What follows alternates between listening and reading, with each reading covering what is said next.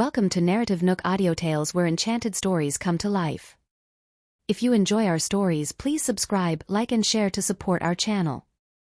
Enjoy listening. Roxanne and Lucian followed the address to building Node 16.it was a 3-story standalone mansion. Despite being in the suburbs, it was still valued at no less than 10 million. The yard was surrounded by an iron fence, and there were still lights on at the second floor. It was apparent that Winnie was still awake. With a grim expression, Roxanne rang the doorbell. Not long after, a gruff voice complained, Who is it? It's the middle of the night." Roxanne narrowed her eyes. She was very familiar with the man's voice. "I'm sure that it belongs to Yosef." Yosef walked to the iron gate while reeking of alcohol and peered out from inside. He froze when he spotted Roxanne, and then he caught a glimpse of the hostile-looking Lucian. The streetlights allowed the couple to see the gloomy and uncertain expression on his face. "Roxanne? "It's so late. What do you want?" Yosef's voice instantly lost its previous gruffness, and he appeared to be more or less sober up. "Open the gate. I want to see Winnie." Roxanne did not wish to waste time talking to him. Her whole face seemed to be shrouded by a thick layer of frost. "Sorry. My mom isn't here now. Come back another day." There was slight panic in Yosef's eyes, but he still turned his face away and replied awkwardly. Following that, he turned around and wanted to leave. Just then, Lucian's steely voice rang out. "If you don't open the gates, I don't mind tearing down your mansion tonight." Yosef was so frightened that he stopped in his tracks, but he dared not turn around and face Lucian's frosty gaze. In truth, the mansion's iron fence was not all that high. Seeing that Yosef was still frozen on the spot, Lucian had had enough of talking. He turned his head and shot a look at the bodyguards, and they immediately took action. Darting forward like loosed arrows, they effortlessly went over the iron fence within 3 seconds. In the next instant, Yosef was pinned to the ground by 2 of the bodyguards. "Roxanne, Lucian, what are you trying to do? This is trespassing. It's against the law. I want to call the police." Yosef struggled fiercely, but he was powerless against the strength of the 2 bodyguards. His hands were tightly restrained, and his tears were about to fall from the pain. Roxanne walked over to him before crouching down. Then, she raised her hand and slapped him twice. She would never forget how the so-called elder brother, whom Grant forced her to acknowledge, had brought many male classmates to bully her. Not only did they call her a batch and a piece of trash, but they also punched and kicked her. Roxanne never thought that he would still dare to return to Horrington and live carefreely in the mansion. Even after hitting him twice, she still could not relieve her hatred. "Yosef, it's time to settle the score for the harm you once did to me." She gritted her teeth and wanted to slap him again, but Lucian held her back. "Let me do it. Hitting this kind of person will get your hands dirty." Lucian's gaze was gloomy. He would never let someone that his wife hated so much off the hook. "Break his hand." Lucian's malevolent aura completely exploded at that moment. His eyes gleamed with murderous intent as he gave the order in a low voice. The bodyguards acted immediately, and in the blink of an eye, Yosef screamed in agony, "Ah! My hands! They are broken." Yet, the bodyguards' expressions remained unchanged. They struck decisively, using their kicks to shatter the radius of Yosef's hands at the fastest possible speed. After the screams, only muffled groans left Yosef's lips, and he kept inhaling sharply. The pain made him tremble all over. The veins on his forehead popped as cold sweat beaded on him. Roxanne showed no concern for his predicament. She wanted nothing more than to rip him to pieces, so he should be thankful that he only had broken bones in his hands now. She pondered how he could go so far as to lead a group of people to beat up her 10-year-old self until she was covered in bruises. There were even many hairline fractures on her body at the time. A small bit of retribution like this is nothing. Yosef's screams quickly attracted the figure upstairs, and she rushed down quickly. "Yosef! Yosef, what happened to you?" A look of shock crossed Winnie's face when she rushed downstairs and saw the large crowd. She demanded loudly, what do you think you're doing? I've called the cops, so you'd better hurry up and leave. Winnie, do you think you have the right to call the cops? The bodyguards moved aside, making way for Roxanne to walk forward. Winnie's expression fell instantly, and her eyes widened in panic when she spotted Roxanne and Lucian. What are you trying to do, Roxanne? She asked guiltily, lowering her head to check her son's condition. Although she did not see any blood, Yosef was grimacing in pain and drenched in a cold sweat. Winnie dared not move closer to him, nor did she dare to meet Roxanne's gaze. Winnie Chardon, you're truly shameless and ruthless. You tore apart my family. Even after becoming a disgusting homewrecker, you dared to drive my mother out. Then, you brought your children and ganged up with them to mistreat me. However, all that is merely the tip of the iceberg. I can't believe you went as far as to plot my mother's death. How did you get to be so black-hearted? As Roxanne slowly walked up to Winnie, she could no longer suppress her desire for revenge. For someone like her, slapping her a few times would be going too easy on her. That thought made her abandon that plan. Then, moving so deftly that nobody noticed anything, a silver needle suddenly appeared in her hand. Roxanne struck quickly, aiming the needle directly at a nerve in Winnie's arm and causing immense pain. As she pushed it in deep, the latter cried out in agony. "Ah!" It hurt so badly that Winnie immediately dropped her arm to her side. Her right hand felt as though it was broken. No matter how hard she tried, she could not exert any strength. The piercing pain also started making her head throb. Another silver needle appeared in Roxanne's hand right after she inserted the first. This time, she targeted Winnie's left hand.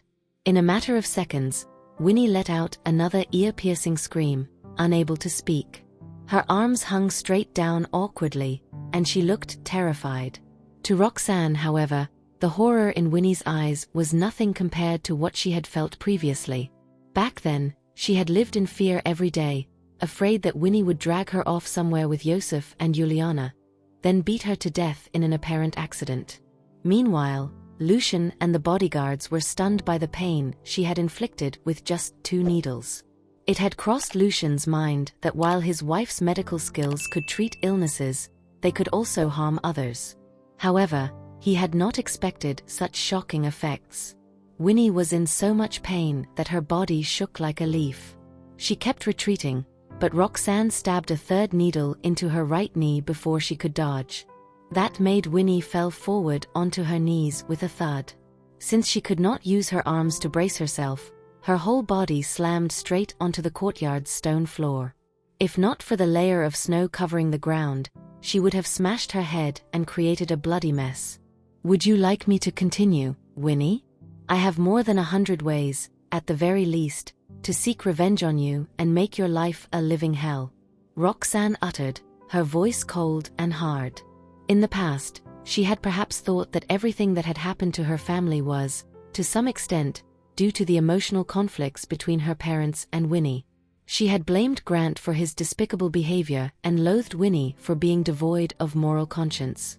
But now, this is revenge for killing my mother. At this moment, how am I supposed to maintain the sense of compassion a doctor should have and remain calm? Fortunately, Lucian sensed something amiss with her emotional state and rushed to her side. He placed both hands on her shoulders and drew her gently into his arms. "Calm down, darling. Let's stick to our plan." His voice soothed her agitation. Then, he gently rested her right hand on her belly. That seemed to jolt her to her senses, and she ran her hand lightly over her belly. Thinking about how she was carrying 2 precious lives inside her made her feel slightly calmer. Nonetheless, her gaze was still frosty as she stared at Winnie lying motionless on the ground. "Roxanne, I never did anything. Don't talk nonsense. It was Grant. He slandered me," Winnie eked out haltingly. Neither Roxanne nor Lucian was surprised to hear that.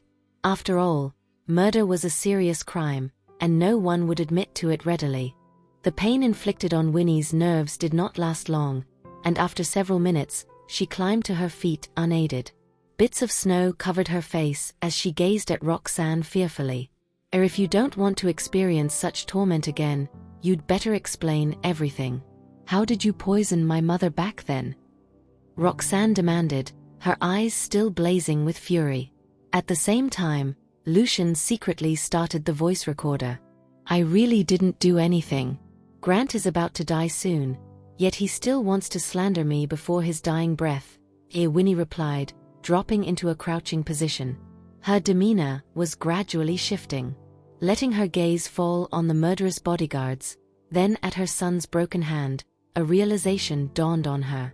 With Roxanne's current capabilities, she can destroy my family whenever she wishes. More so now that she has the support of the powerful Farwell family. Hence, it doesn't seem to make a difference whether or not I admit to it.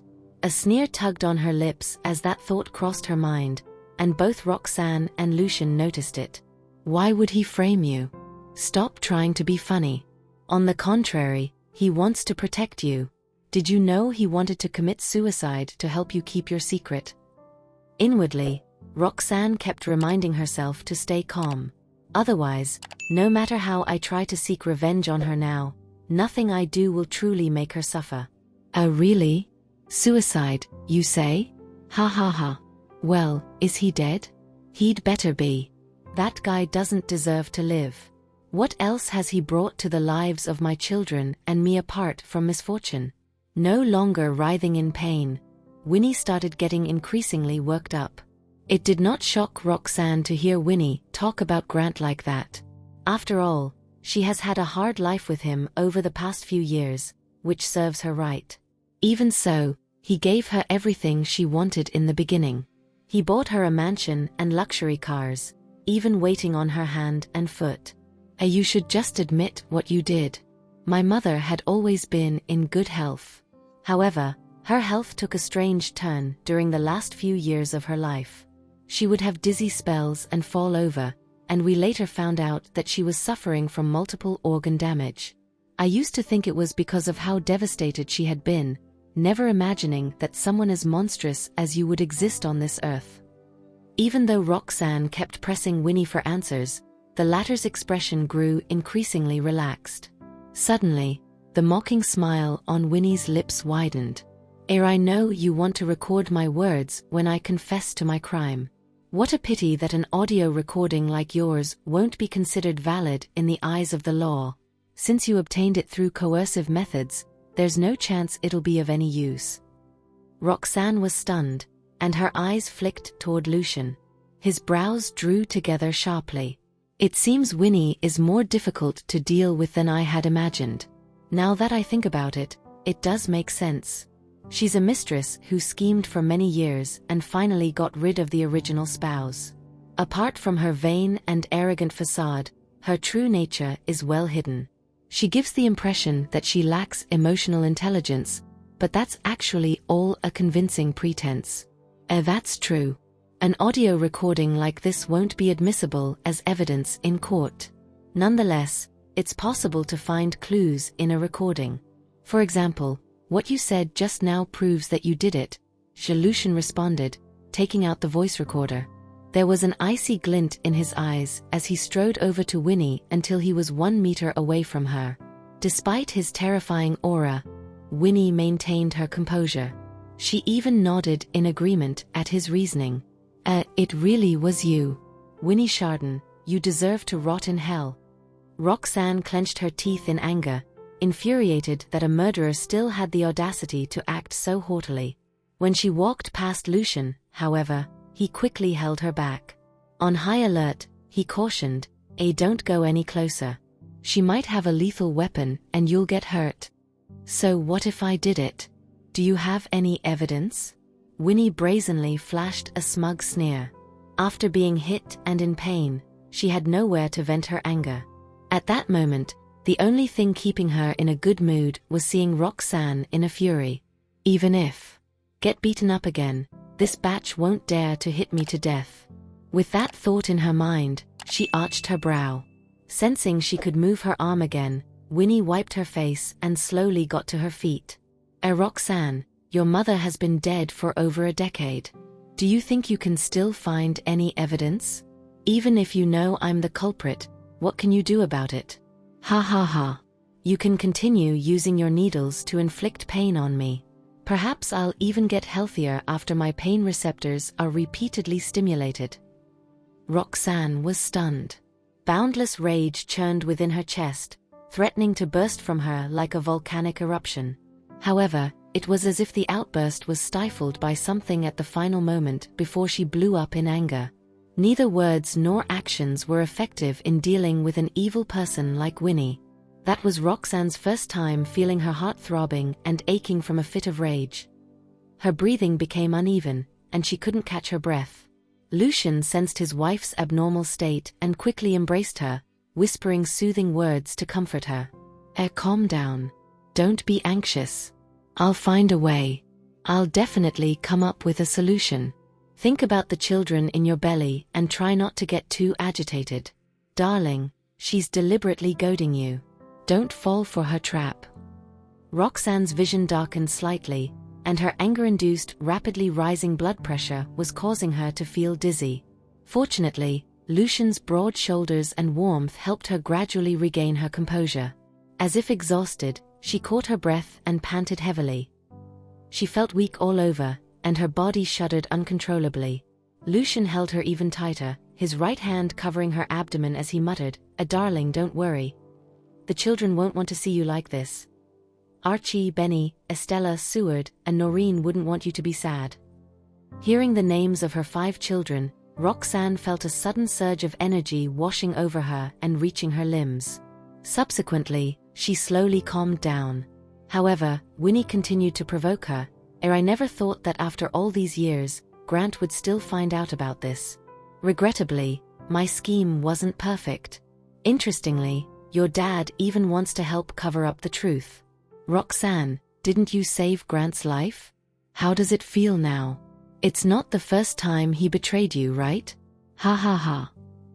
Her maniacal laughter was laced with ferocious malevolence. At that instant, Roxanne leaned against her husband's chest, but she was already starting to pull herself together. Only a single thought remained in her mind. I will make Winnie pay for her crimes. Winnie, there is no statute of limitations for lawsuits in our country. As long as I can find evidence, your demise will be inevitable, Roxanne replied indifferently. Winnie showed no fear.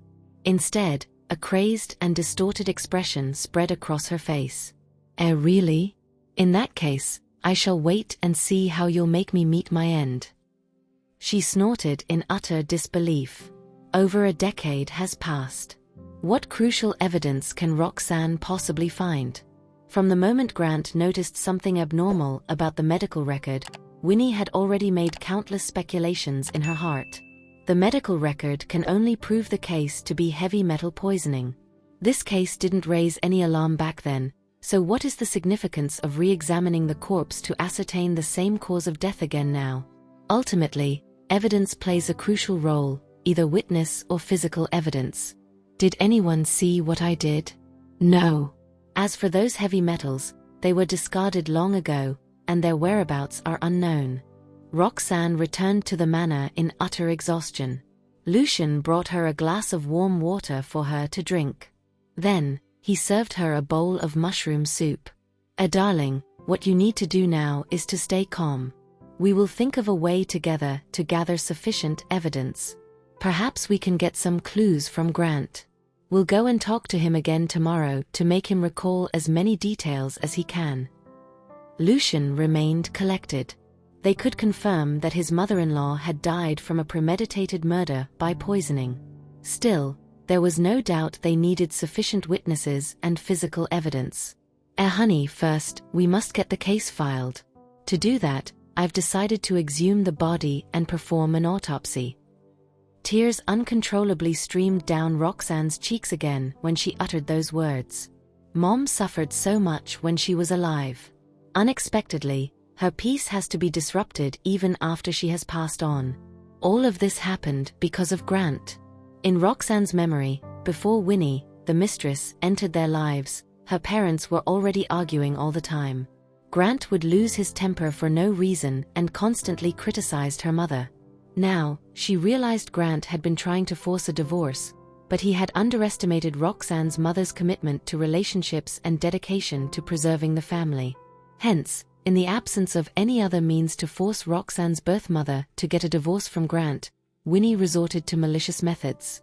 Lucian's face was suddenly filled with sorrow as well. He had always harbored a regret in his heart for not having the chance to look after his mother-in-law properly. From that day onward, regardless of the resources he had to expend, Lucian was determined to bring Winnie to justice. The couple fell silent for a few moments. Meanwhile, Elias and Sonia, who were upstairs, noticed Lucian and Roxanne had returned. They went downstairs to check on them, wanting to remind them that the weather was cold and that they should go to bed early. Unexpectedly, they sensed their son and daughter-in-law's mood was off, so they hurriedly asked what was going on. Elias and Sonia fell into a daze after they heard Lucian's account. They couldn't believe their daughter-in-law's birth mother had suffered such a tragic fate. A few seconds later, Sonia exploded with rage. Lucian, no matter what, we must not let Winnie off the hook this time. That woman is too terrifying. Elias, a composed and rational man, grimaced. Lucian, tomorrow I'll seek help from a friend of mine who is a senior police officer.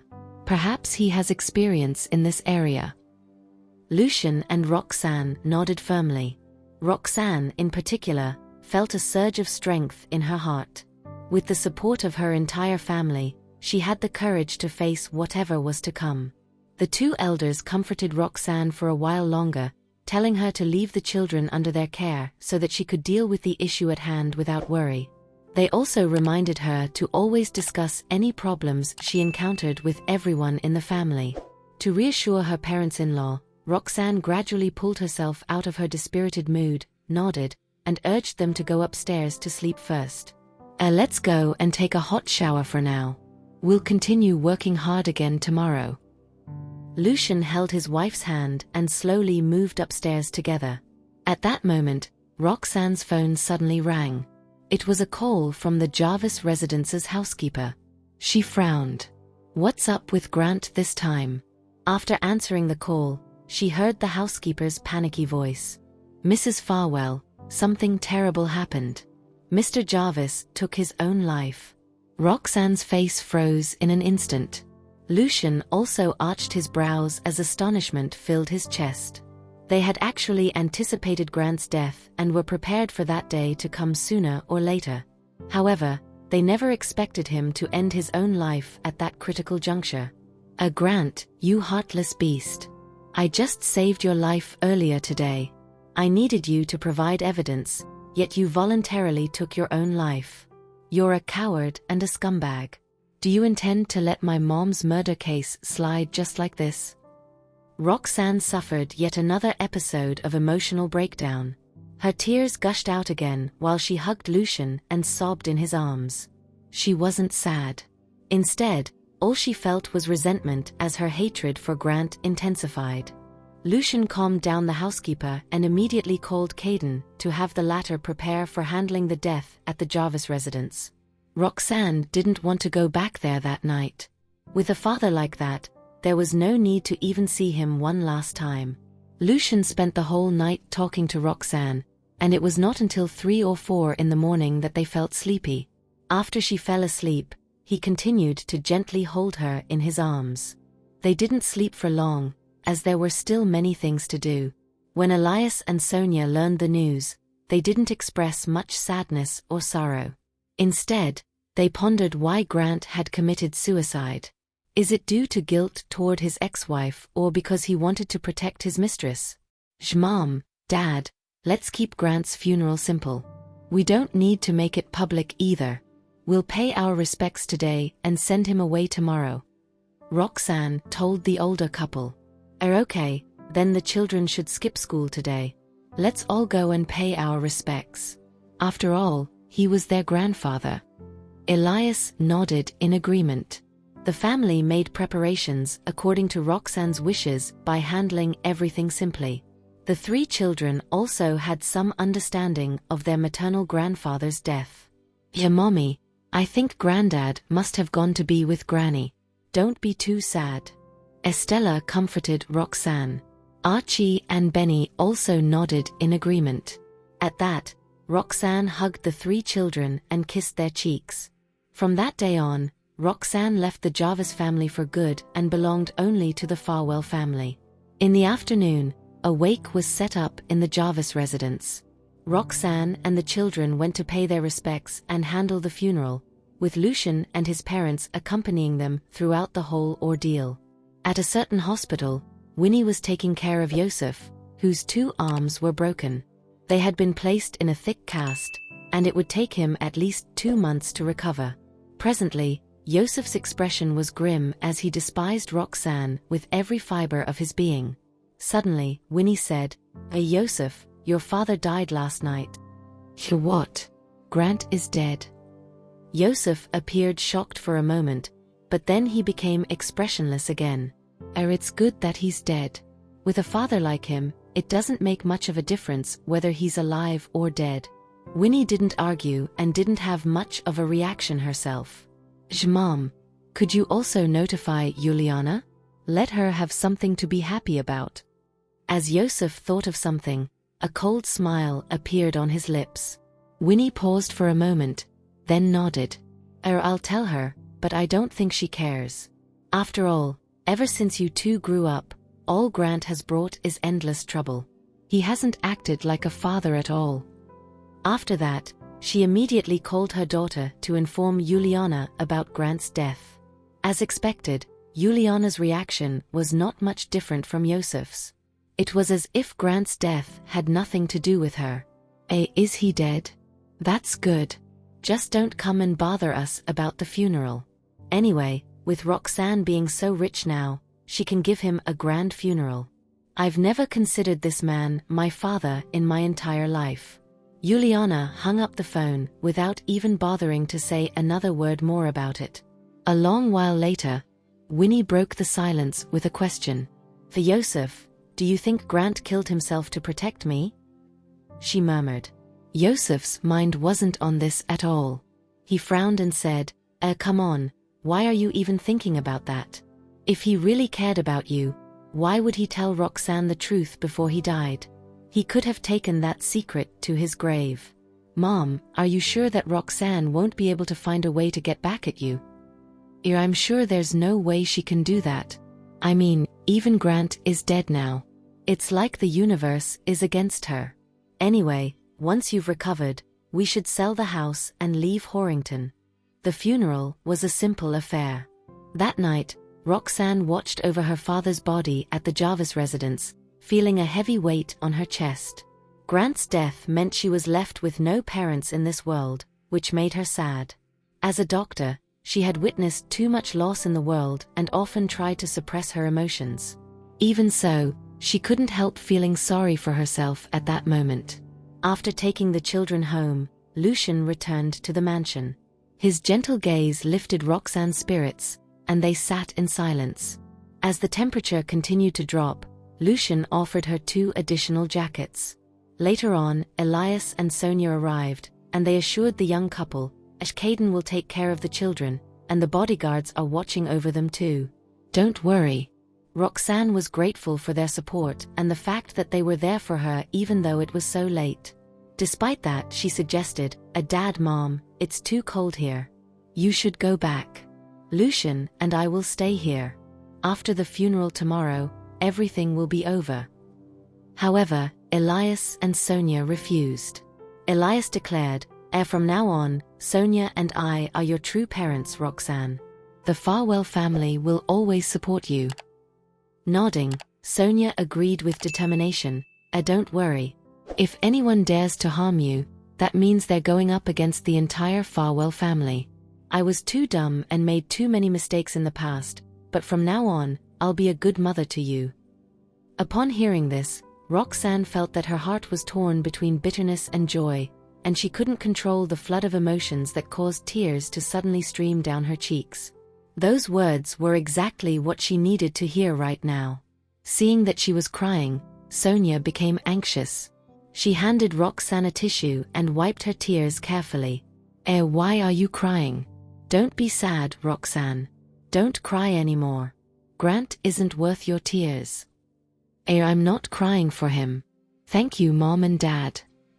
At that moment, Roxanne truly regarded Elias and Sonia as her biological parents.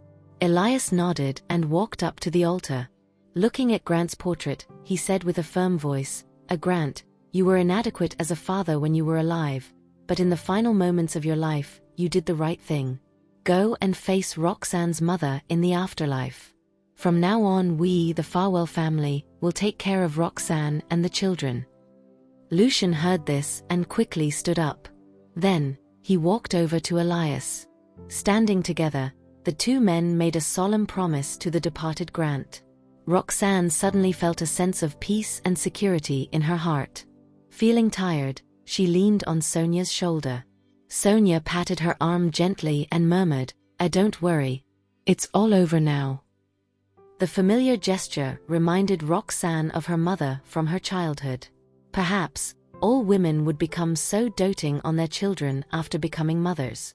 It was 5 or 6 in the morning when the funeral vehicles finally arrived at the funeral home. The family remained busy as they dragged their tired bodies through the entire following process. By noon, all the funeral procedures were completed, and Roxanne held an urn filled with ashes in her hands. She didn't know if her mother wanted to be buried with a person like Grant.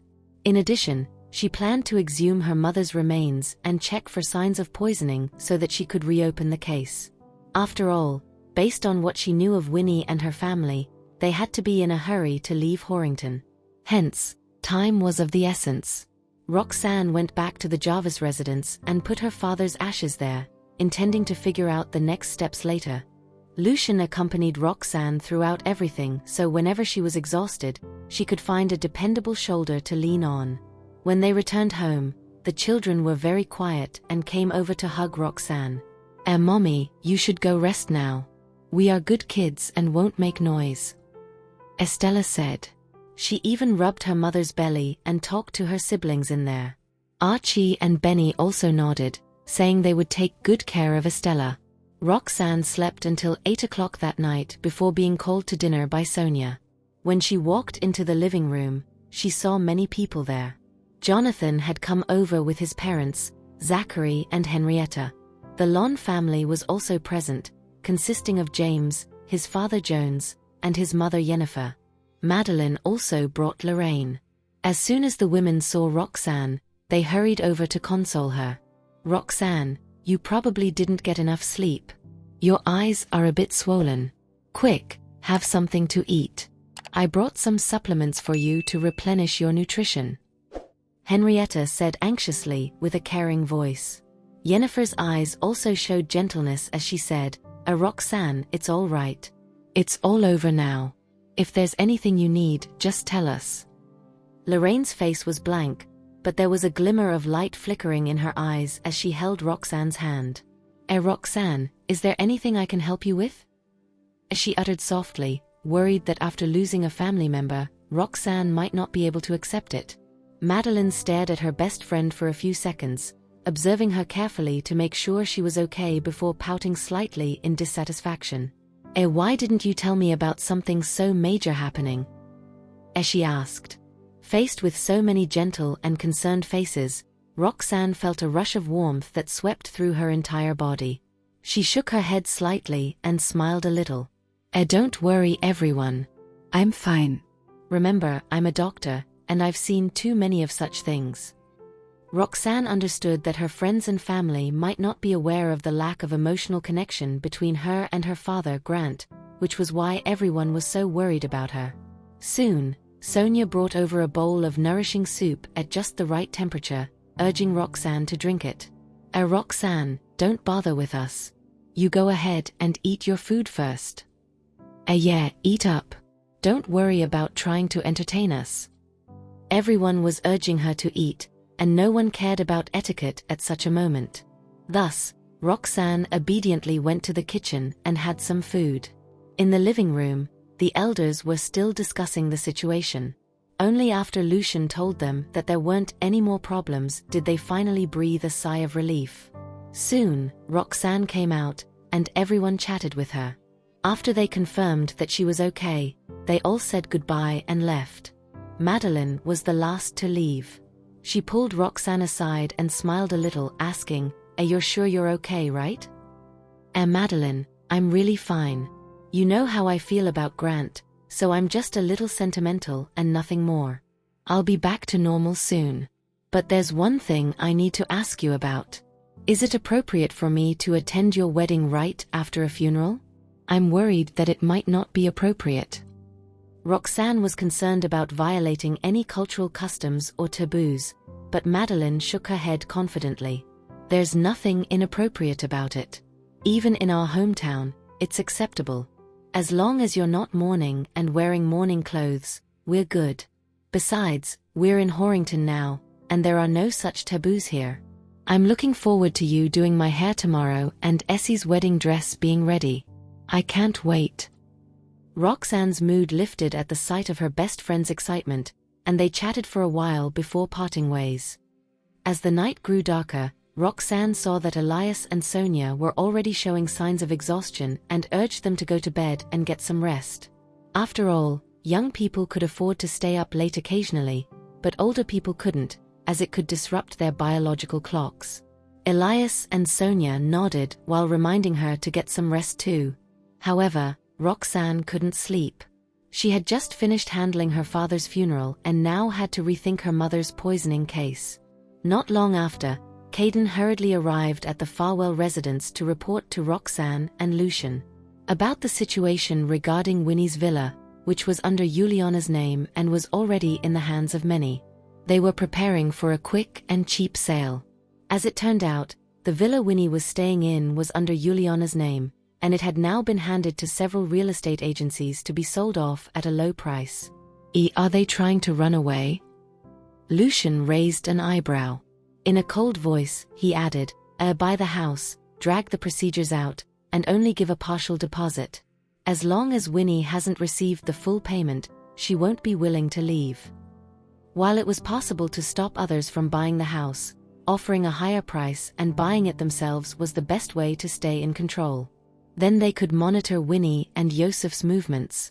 Honey, is everything okay with the police? Roxanne asked. Lucian nodded. Yeah, it's all good. The procedure has already started. Are you sure you want to exhume the remains tomorrow?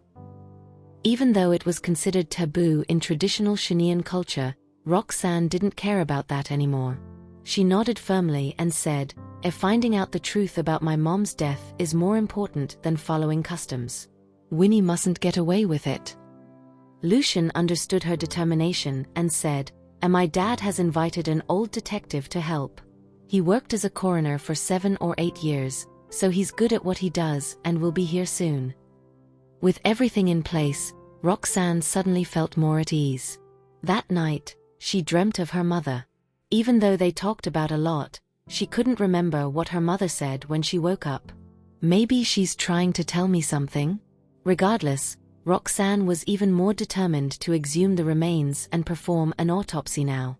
The next day, she went through her usual routine of getting her kids ready for school and having breakfast with them before sending them off. When she returned, she found that her husband was accompanied by an old and lean man dressed in simple clothes. This is Bill Chapman, Lucian introduced. Roxanne nodded and said, hello, Mr. Chapman. Thanks for coming to help us out. The old detective, Bill, nodded back with a friendly smile and said, let's go. The weather is nice right now, so we can move quickly. By the way, have the police arrived at the site? Lucian confirmed that the police had sent officers to the cemetery, and they drove for half an hour to get there. When they arrived, the cemetery was silent, and the golden sunlight shone on rows of gravestones, creating a peaceful atmosphere. Several police officers were already at Roxanne's mother's grave taking photos and collecting evidence. Lucian, Roxanne, and Bill approached them quickly, and Bill greeted the officers, who showed him great respect. Everyone looked to Lucian and Roxanne, waiting for their confirmation. Roxanne nodded at her husband, who responded with a reassuring look.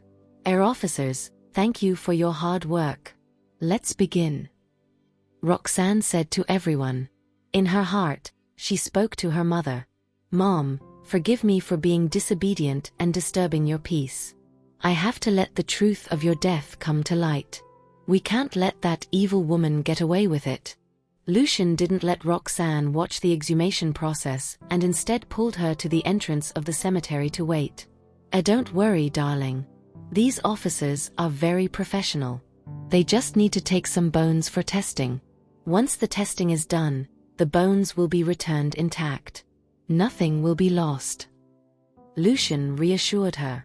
Roxanne wasn't superstitious, but she made a suggestion. Honey, after the testing is done, can we move the grave? Although I don't think my father is qualified to be buried next to my mother truly loved him in her lifetime. That's why she was so selfless. If only she could have decided enough was enough, maybe things would have been different. Lucian nodded in agreement as it was no problem to do so. This cemetery was small in scale and far away, which made it inconvenient for visits anyway. After working for almost 3 hours, Bill and the group of officers came out. The officers nodded at Roxanne and Lucian before saying, "We can confirm that the remains of Ms. Jarvis' mother show signs of poisoning before death, and it was quite severe. Of course, we need to take the samples back for further testing to see what kind of poison was used. It won't take long though. You'll only need to wait around 1 or 2 days for the results." When Bill heard this, he frowned and said, "You punks should work overtime and get the results within a day." The other officers hurriedly nodded in response. Bill asked the young officers to leave first and then went back to the car with Lucian and Roxanne. The first sentence out of his mouth was his conclusion.